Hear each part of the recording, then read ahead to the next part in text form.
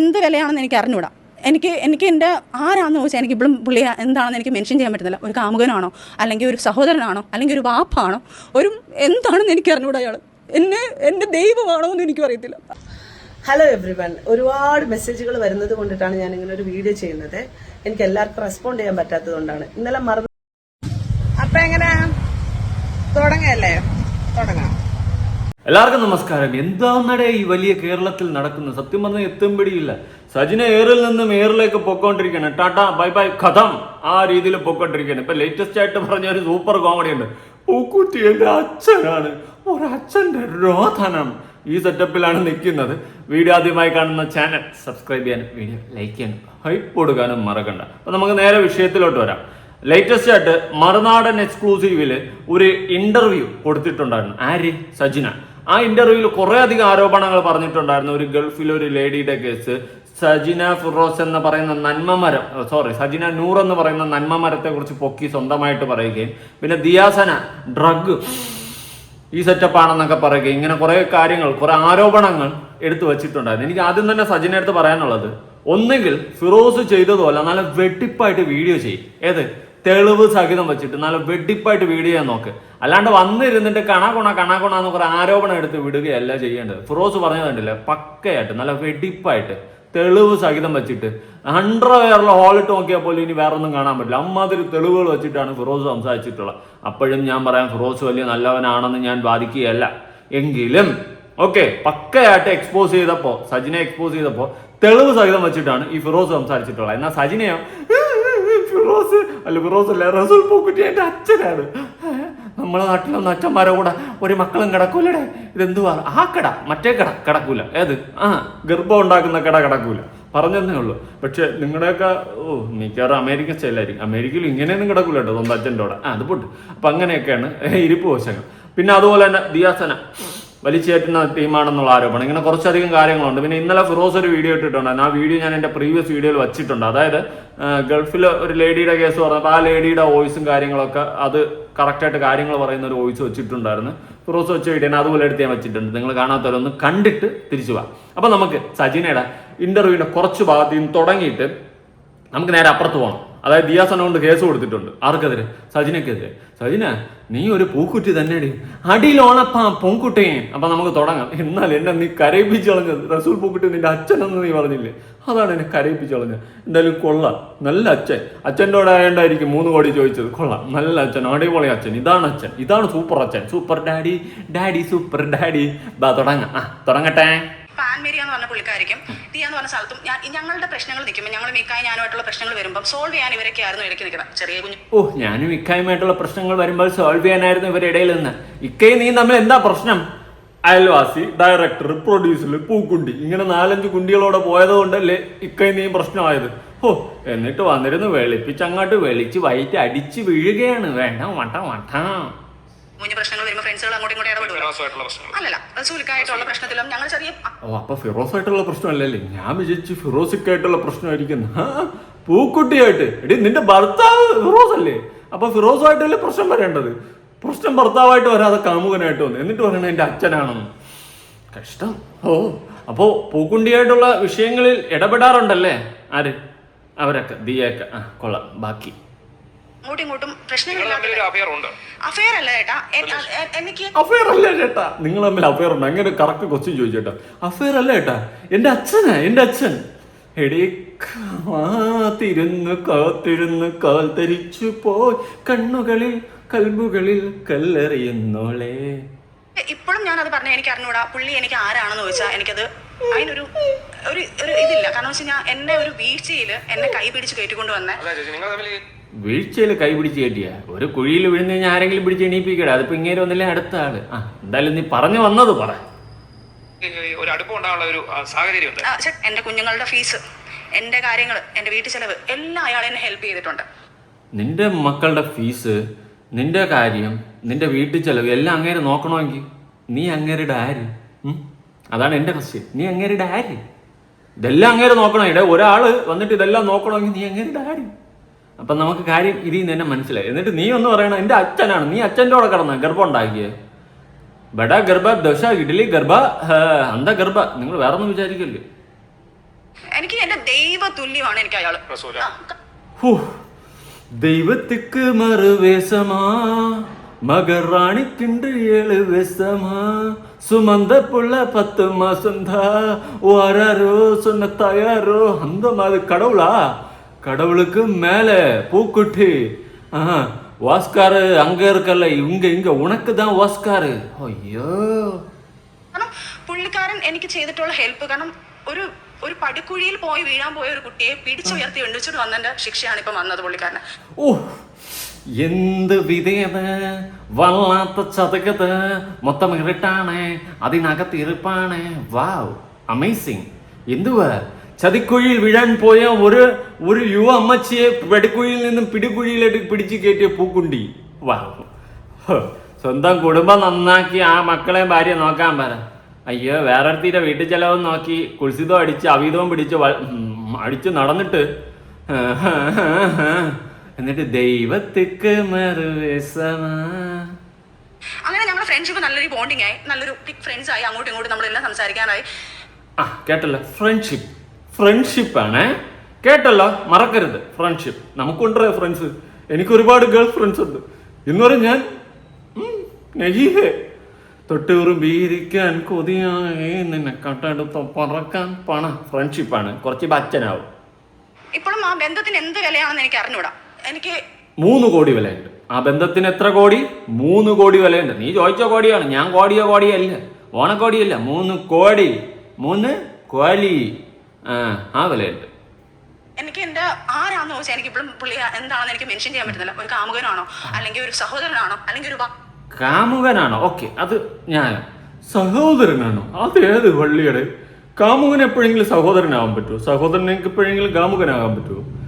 What fantastic, elastic and വ്രായാസ്റ്റിക്. Wow. ബാക്കി ആണോ ഒരു എന്താണെന്ന് എനിക്ക് അറിഞ്ഞൂടാ. അയാള് എന്റെ ദൈവമാണോ ആരാന്ന് ചോദിച്ചാൽ എനിക്ക് ഇപ്പോഴും പുള്ളി എന്താണെന്ന് എനിക്ക് മെൻഷൻ ചെയ്യാൻ പറ്റുന്നില്ല. ഒരു കാമുകനാണോ, അല്ലെങ്കിൽ ഒരു സഹോദരനാണോ, അല്ലെങ്കിൽ ഒരു വാപ്പാണോ, ഒരു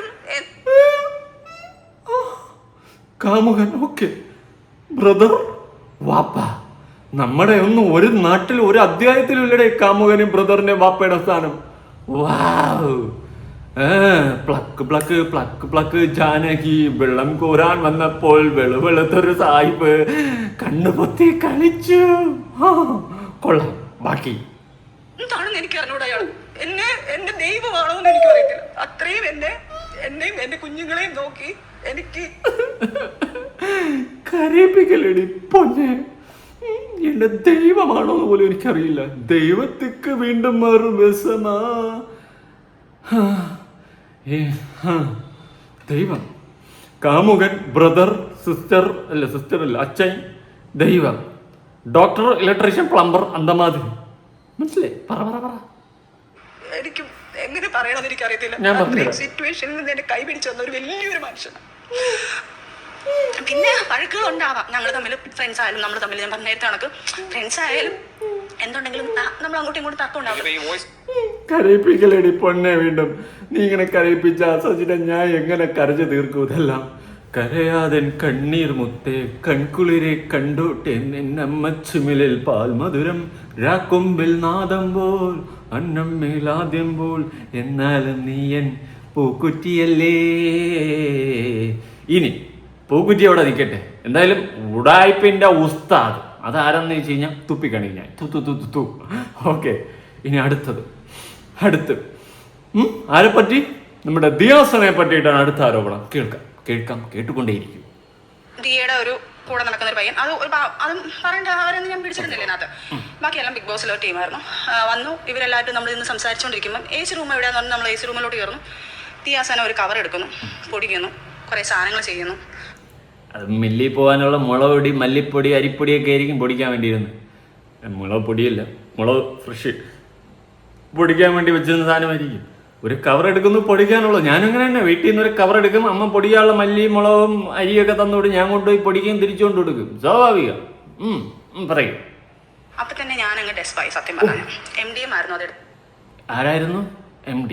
ഓക്കെ, ഡെസ്പാവാൻ മാത്രം മല്ലിപ്പൊടി മുളക് പൊടിയും കണ്ടാൽ നിനക്ക് ഡെസ്പാവില്ലേ? അതെവിടെ ഇരിക്കട്ടെ. ഞാൻ അത്രയ്ക്ക് അങ്ങ് ഡെസ്പായി പോയി. MDM ആയിരുന്നു. എടുത്ത് ചെയ്തോണ്ടിരിക്കുന്നത്. ഇത് റീസെന്റ് ഒരു 4 മാസം പോലും ആയിട്ടില്ല. ഇതപ്പം റീസെന്റ് നടന്നതാ. ഈ പ്രശ്നങ്ങൾക്കൊക്കെ മുന്നെയാണ് എടുത്തിട്ട് പൊടിച്ചിട്ട് പുള്ളിക്കാരി എടുത്തിട്ട് ചെയ്യാൻ പോകുന്നു. അപ്പൊ തന്നെ എന്റെ ഈ പറഞ്ഞ സാമാനം എവിടെ കൊടുത്തിട്ടാണ് പൊടിക്കാൻ കൊണ്ടുപോയത്? അല്ല, പൊടിച്ചിട്ടെന്നൊക്കെ പറയണം, അതുകൊണ്ട് ചോദിച്ചത്. എനിക്കറിയത്തില്ല കേട്ടോ സത്യമായിട്ട്. ഞാൻ ചുമ്മാ ഞാൻ മറ്റേ ഊവാണെന്ന് പറയുന്നില്ല, ഇതിന്റെ യൂസിങ് എങ്ങനെയാണെന്ന് അറിയത്തില്ല. മറ്റേ ATM കാർഡൊക്കെ എടുത്ത് വെച്ച് വലിക്കുന്നതാണ് കറക്റ്റ്. അതിന്റെ പ്രൊസീജിയർ അറിയത്തില്ല. എന്തായാലും പൊടിക്കുന്നത് കണ്ടോണ്ടിരുന്ന സജിന എന്തുകൊണ്ട് ഒരു തെളിവിനൊരു വീഡിയോ എടുത്ത് വെക്കായിരുന്നില്ല? അറിയില്ലായിരുന്നല്ലേ നാളെ ഇതെല്ലാം പണിയായിട്ട് വരുന്നു. ഓക്കെ, കുഴപ്പമില്ല, ഞാൻ അംഗീകരിച്ചിരിക്കുന്നു. മുഖമൊക്കെ മാറിപ്പോ എന്റെ അടുത്ത് ചോദിക്കുന്നു. ഇല്ല ആ സമയത്ത് ഞാൻ എന്റെ ഷൂട്ടിന് വേണ്ടി മാത്രം എടുത്തിട്ടുള്ള സാധനമാണ്. അപ്പൊ ഉടനെ ദിയ എന്റെ അടുത്ത് പറയുന്നത്, സജിന അവരുമായിട്ട് പ്രശ്നങ്ങളൊക്കെ നടന്നിട്ട് നീ രണ്ടെന്ന് കുറച്ച് നിങ്ങൾ എടുത്ത് തിന്ന് അങ്ങനെ എന്ത് ചെയ്യാനെന്ന് പറഞ്ഞു. ഞാൻ പറഞ്ഞു, ദിയ നീ എന്തോ പറഞ്ഞു, ഇപ്പം ഒരു വൈൻ കുടിക്കുന്നതാണോ ഒരു ബിയർ കുടിക്കുന്നതാണോ അല്ല ഇത് ഭയങ്കര സമയം. എന്നെ ദേവി ഇത് നിർബന്ധിക്കരുത് പ്ലീസ് ദിയ എന്ന് പറഞ്ഞിട്ട് ഞാൻ ഫോൺ എടുത്തു ചെവി വെച്ചോണ്ട് ഞാൻ ഇറങ്ങി. നന്മയുള്ള ലോകമേ. ഞാനൊരു കാര്യം പറയാം. ഇപ്പം സജിന ഇമാതിരി ഊളത്തനങ്ങൾ കാണിക്കുന്നത് പറയുന്നത് എന്തിനാണെന്ന് ചോദിച്ചു കഴിഞ്ഞാൽ, സജിനയ്ക്കെതിരെ നേരെ വന്നിട്ടുള്ള കുറെ അവിഹിത കഥകളും കുറെ ആരോപണങ്ങളുണ്ട്. ഇതെല്ലാം വെട്ടിത്തിരിച്ച് നേരെ ദിയാസനയിലോട്ട് പോയി ആ ഡ്രഗ് കേസിലോട്ട് ചാടിക്കയറി പോയി അങ്ങനെ ചർച്ച വേറെ വിഷയത്തിലോട്ട് പോകാനും പിന്നെ ഫിറോസിന്റെ മറ്റേ അൺറേജിലുള്ള ഏതോ ഇഷ്യൂ കൊണ്ട് വിളിട്ട് അതൊക്കെ ആയിട്ട് കുത്തിപ്പൊക്കി ആ ലെവലിൽ പോകാനൊക്കെ ആയിട്ടാണ് ഇവള് ശ്രമിക്കുന്നത്. മാക്സിമം എനിക്ക് കണ്ട സമയത്ത് മനസ്സിലാക്കാൻ സാധിച്ചതാണ്. ഓക്കെ, അവരൊക്കെ അത് ചെയ്തിട്ടുണ്ടെങ്കിൽ ഈ പറയുന്ന നിന്റെ ആരോപണങ്ങൾ ശരിയാണെങ്കിൽ നീ അതിനുള്ള തെളിവ് കൊണ്ടുവയ്ക്കേ. ഓക്കെ, തെളിവ് കൊണ്ടുവയ്ക്കുക, അല്ലെങ്കിൽ അതുമായി ബന്ധപ്പെട്ട എന്തെങ്കിലുമൊക്കെ എവിഡൻസ് ഓക്കെ അതൊക്കെ കൊണ്ടുവയ്ക്കും. നിന്നെ സപ്പോർട്ട് ചെയ്യത്തില്ല, അവരെ വിമർശിക്കും. നിന്നെ സപ്പോർട്ട് ചെയ്യത്തില്ല, അതിനി ഇല്ല. അങ്ങനെ ഒരു ചരിത്രം ഇനി ഇല്ല. കാരണം നീ അമ്മാതിരി അപരാധങ്ങളാണ് കാണിച്ചു കൂട്ടിയത്. എന്നിട്ട് വന്നിട്ട് കൊണാന്ന് പറഞ്ഞത് കേട്ട് കഴിഞ്ഞാൽ തല്ലേ റസൂൽ പൂക്കുട്ടിക്കല്ലല്ലോ ഫിറോസ് ഖാൻ എന്നെ ചതിച്ചുകൊണ്ട് ഞാൻ തിരിച്ച് പണി കൊടുക്കാൻ വേണ്ടി ഞാൻ പലവന്മാരോടെ പോയത് എൻ്റെ ഉമ്മിമിക്കൊക്കെ അറിയാമെന്നുള്ള രീതിയിൽ പറഞ്ഞ മോളാണ് നീ. അതുകൊണ്ട് നിന്നെ ഞാൻ നമ്പ മാട്ടേ, കുടിക്ക മാട്ടേനെ, എന്നാ പണ്ണുവേ. ഇവർക്ക് മനസ്സിലായി. ഇവർ പിന്നെ ടെറസിന്റെ മേളിൽ കയറി.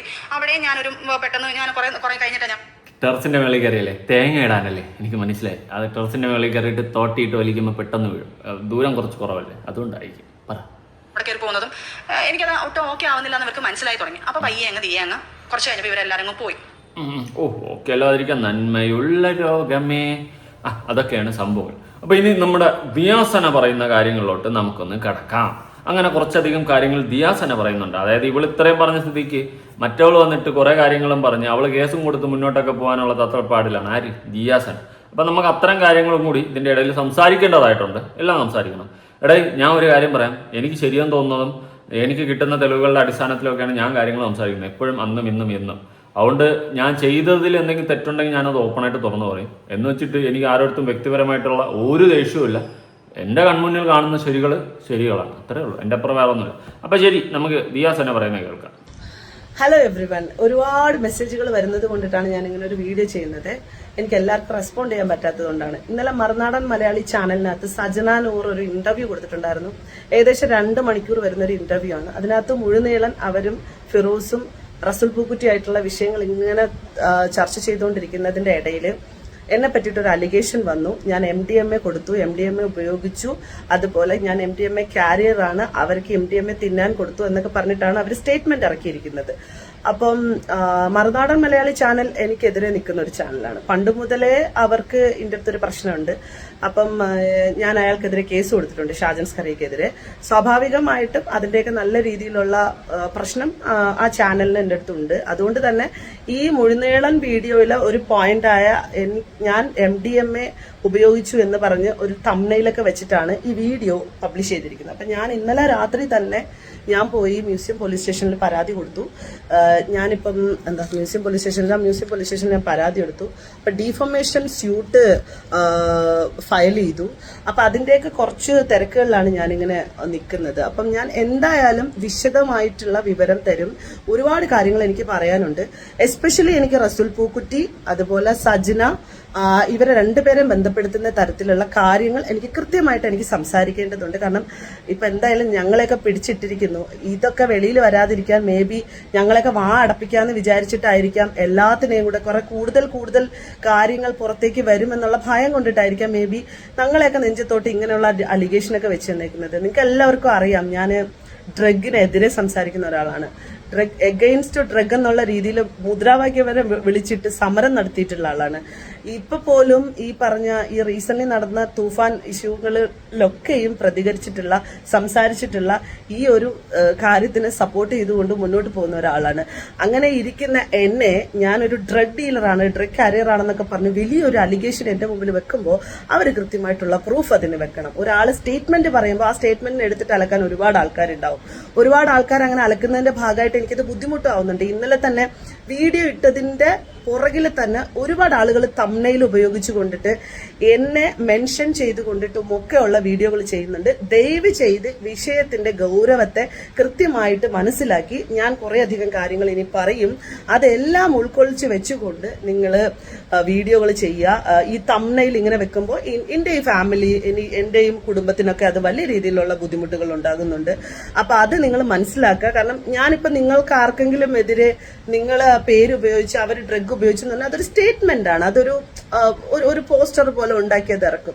അപ്പൊ ഞാൻ ഇപ്പം ഒരു ഏതോ ഫൈനൽ റീൽസോ ഏതോ ഒരു പോസ്റ്റില് സജിന നൂറിന് ദിയാസന MDMA കൊടുത്തു, വോയിസ് ക്ലിപ്പ് പുറത്തെന്നൊക്കെ. വോയിസ് ക്ലിപ്പ് വേറെ എന്തോ വോയിസ് ക്ലിപ്പ്. അപ്പൊ ഇങ്ങനെയൊക്കെയാണ് ഓരോ പോസ്റ്റുകൾ വരുന്നത്.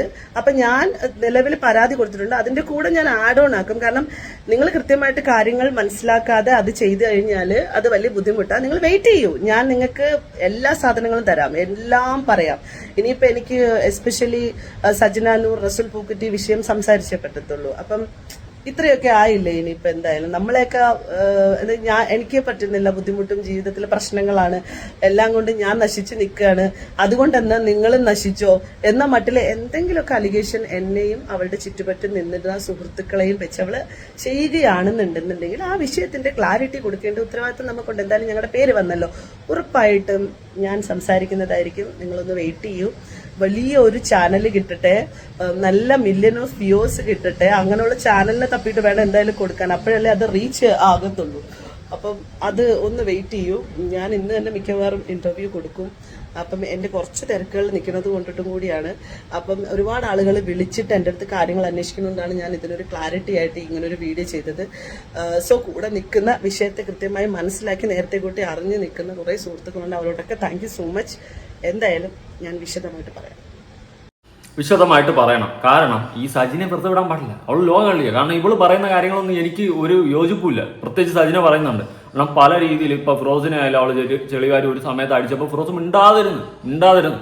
ഓക്കെ, ഫിറോസ് തൊട്ടിയാണ് ഇരിക്കട്ടെ, വാട്ട് എവർ ഇറ്റ് ഈസ്. പക്ഷേ ഇവള് നന്മമരം കളിച്ച് ഇവിടെ നിന്നിട്ടുണ്ടായിരുന്നു, ഒരു ഇമേജും ക്രിയേറ്റ് ചെയ്ത്. മനസ്സിലായ ഒരു ഉഡായിപ്പ് മുഖംമൂടി അണിഞ്ഞുകൊണ്ട് ഇവള് നിന്ന് നല്ലവന്റെ മുഖംമൂടിയെ അണിഞ്ഞ് ഉഡായിപ്പായിട്ട് നിന്ന്. അതാണ് സത്യം. ഓക്കെ, അപ്പൊ അങ്ങനെ നിന്ന് ഇവളെ എക്സ്പോസ് ചെയ്യണം. കാരണം ഇവള് പറയുന്നതെന്ന് എനിക്ക് വിശ്വാസമൊന്നുമില്ല. ഇപ്പൊ ഇങ്ങനെ ഒരു ആരോപണം ഈ പറയുന്ന നമ്മുടെ പേരും പറഞ്ഞല്ലോ, പേരെന്തായിരുന്നു, നിങ്ങളുടെ പേരെന്തായിരുന്നു, ദിയാസന. ഓക്കെ, ദിയാസനയ്ക്കെതിരെ ഇങ്ങനെ ഒരു ഡ്രഗിന്റെ കേസ് എടുത്ത് ഒരു ആരോപണം വെച്ചിട്ടുണ്ട്. ഒന്നുകിൽ സജിന അത് തെളിയിക്കണം, അല്ലെങ്കിൽ ഈ പറയുന്ന ദിയാസന നല്ല മുട്ടം പണി അവർക്ക് കൊടുക്കണം. എനിക്കതേ ഉള്ളൂ. എനിക്ക് ഇതിന്റെ സത്യാവസ്ഥ പുറത്തു വരണം. ഇനി അങ്ങനെ ദിയാസന ഡ്രഗ് ഡീലർ ആണെങ്കിൽ അതും സത്യം പുറത്തു വരണം, ജനങ്ങൾ അറിയണം. ഓക്കെ, അതിൽ വേറെ മാറ്റമൊന്നുമില്ല. അല്ലെങ്കിൽ എന്റെ പൊന്നു ദിയാസന, എനിക്ക് നിന്റെ അടുത്ത് പറയാനുള്ള അടിച്ച് അണ്ണാക്കി കൊടുക്കണം. അവളെ വെറുതെ വിടല്ലേ. അവൾ അല്ലെങ്കിൽ ആൾക്കാർക്കെതിരെ ചുമ്മാ ആരോപണം ഇട്ടിട്ട് കുറെ ദിവസം കൊണ്ട് തൊട്ടി പരിപാടി കാണിക്കുന്നുണ്ട്. ഇത് വെറുതെ വിടാൻ പറ്റത്തില്ല. ഓക്കെ, ഇനി ദിയാസന കേസ് കൊടുക്കാൻ സ്റ്റേഷനിലൊക്കെ പോയൊരു വീഡിയോ ആണ്. അപ്പൊ എങ്ങനെ തുടങ്ങല്ലേ? തുടങ്ങാം.